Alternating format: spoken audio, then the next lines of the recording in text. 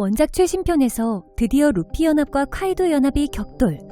본격적으로 전쟁이 시작됐고 와노코니 에피소드도 곧 끝이 나려 합니다. 와노코니 에피소드 이후엔 어떤 스토리가 이어질지 살펴보겠습니다. 1. 천룡인의 몰락. 마리즈와의 천룡인들은 끌어내려질 거라고 말하는 도플라밍고, 그리고 이어 비어있는 해적왕의 자리를 차지하기 위해 해적 역사상 최대의 패권 싸움이 시작될 거라고 말합니다. 이 싸움은 카이도 연합과 루피 연합의 싸움뿐만 아니라 다른 사황, 최악의 세대 등 주요 해적들이 해적왕의 자리와 원피스를 차지하기 위해 움직이기 시작했다는 의미로 보입니다. 와노코니 스토리 이후 싸움이 시작될 수 있는 상황은 샹크스와 검은 수염, 샹크스를 노리는 해적은 키드 해적단, 그리고 에이스를 죽게 만든 원흉 검은 수염은 루피네가 노릴 것으로 보입니다. 칠무회가 폐지되고 해군들에게 노려지게 된 전 칠무회들은 또 어디로 움직이게 될까요? 2. 청소를 시작하겠다는 오로성. 정상전쟁으로부터 2년, 여전히 거친 파도가 끊이질 않다고 말하며 움직이기 시작한 오로성. 세계의 균형은 영원토록 유지할 수 없고 이쯤에서 청소할 필요가 있다고 하는데 이들이 노리는 타깃은 누구일까요?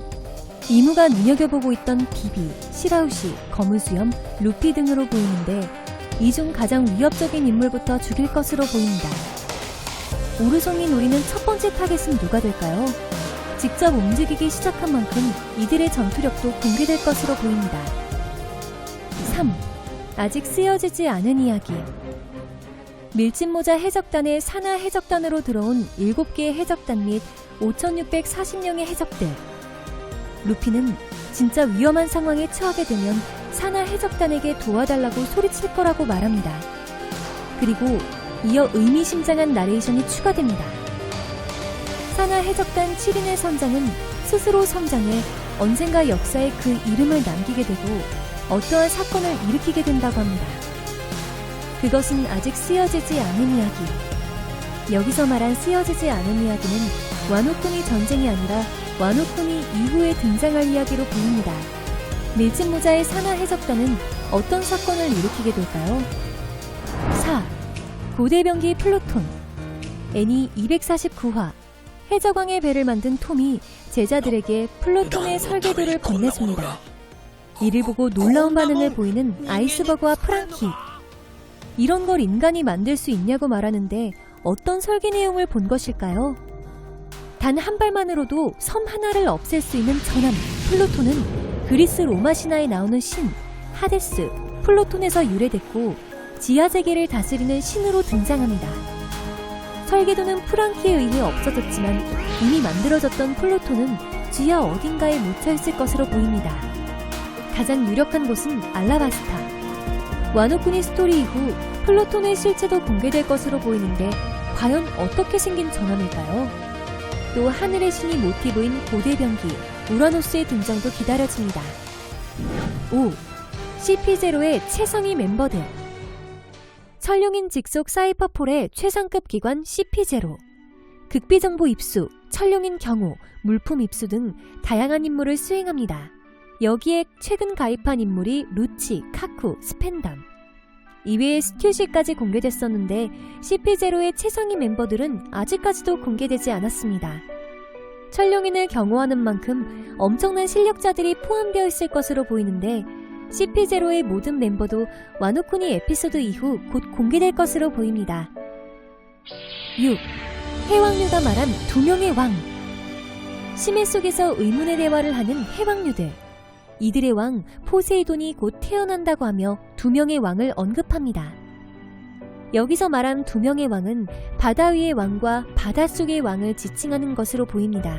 바다 위의 왕이 해적왕이고 바닷속의 왕이 포세이돈이라면 두 명의 왕이 만난 날은 아직 오지 않았습니다. 로저가 살아있던 당시엔 포세이돈이 태어나지 않았었기에 두 명의 왕이 만나는 날은 결말이 다가올 때쯤 이루어질 것으로 보입니다. 7. 전쟁을 시작하는 드래곤. 천룡인에게 선전포고를 한 후 마리즈와에 잠입했던 사보와 혁명군 군대장들. 검은 수염에 의해 혁명군이 후지토라, 료쿠gyu와 충돌했다는 소식이 전해지는데 얼마 후 사보에 관한 안 좋은 소식이 세계 전역에 퍼집니다. 드래곤은 일단은 사실 확인이라고 하며 연락이 되지 않음을 보고받습니다. 혁명군의 최종 목적은 절대 권력을 가진 천룡인을 무너뜨리는 것. 사보나 군대장들 같은 주요 전력들을 잃으면 목적을 이룰 수 없게 됩니다. 연락이 끊긴 이들을 구하기 위해 마리조아에 침입할 것으로 보이는데 드래곤이 직접 움직이는 과정에서 드래곤의 전투 능력도 공개될 것으로 보입니다. 8. 샹크스 전투씬. 흰 수염, 카이도, 빅맘, 검은 수염의 전투씬은 각각 다 나왔지만 유일하게 긴 전투씬이 그려지지 않은 사왕은 샹크스뿐입니다. 짧은 전투씬에선 흰 수염과 칼이 부딪힐 때 전혀 밀리지 않는 모습을 보였었는데 제대로 싸운다면 상당한 전투 능력을 보여줄 것으로 보입니다. 움직이게 된다면 오로성조차도 손을 쓸 수 없다고 언급한 샹크스. 얼마나 강할까요? 9. 검은 수염 해적단. 어떠한 기사를 보고 출항을 시작한 검은 수염 해적단. 타이밍상 사보의 소식을 들은 것으로 보이는데 검은 수염은 무엇을 손에 얻기 위해 가는 것일까요?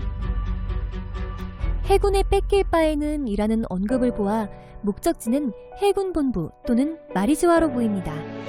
이미 출항을 시작한 만큼 곧 검은 수염 해적단의 소식도 공개될 것 같습니다.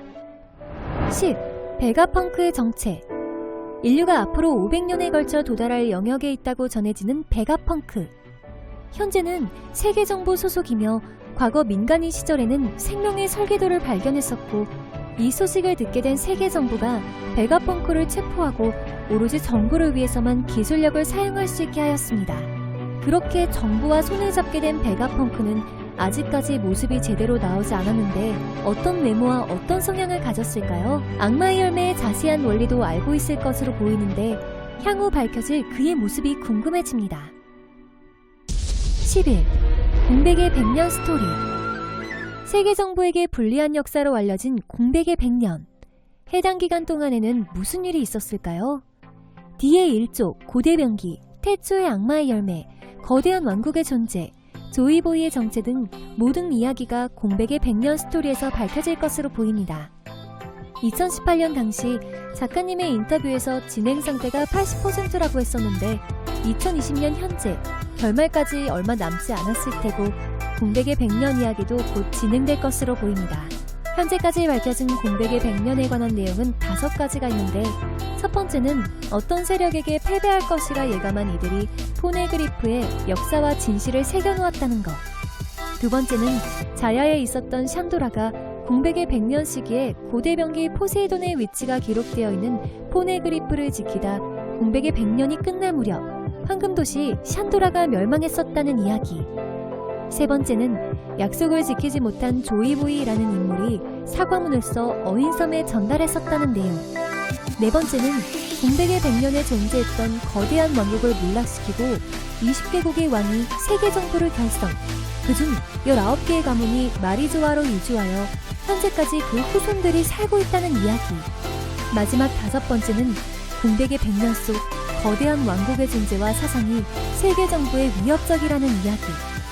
여기까지가 현재까지 밝혀진 공백의 100년 속 이야기인데 더 자세한 이야기는 결말부가 진행될 때쯤 나올 것으로 보입니다. 이 시기에 얼마나 큰 전쟁이 있었고 살아남은 인물은 코즈키 토끼 외에 또 누가 있을까요? 오늘 준비한 영상은 여기까지입니다. 오늘도 시청해주셔서 감사합니다.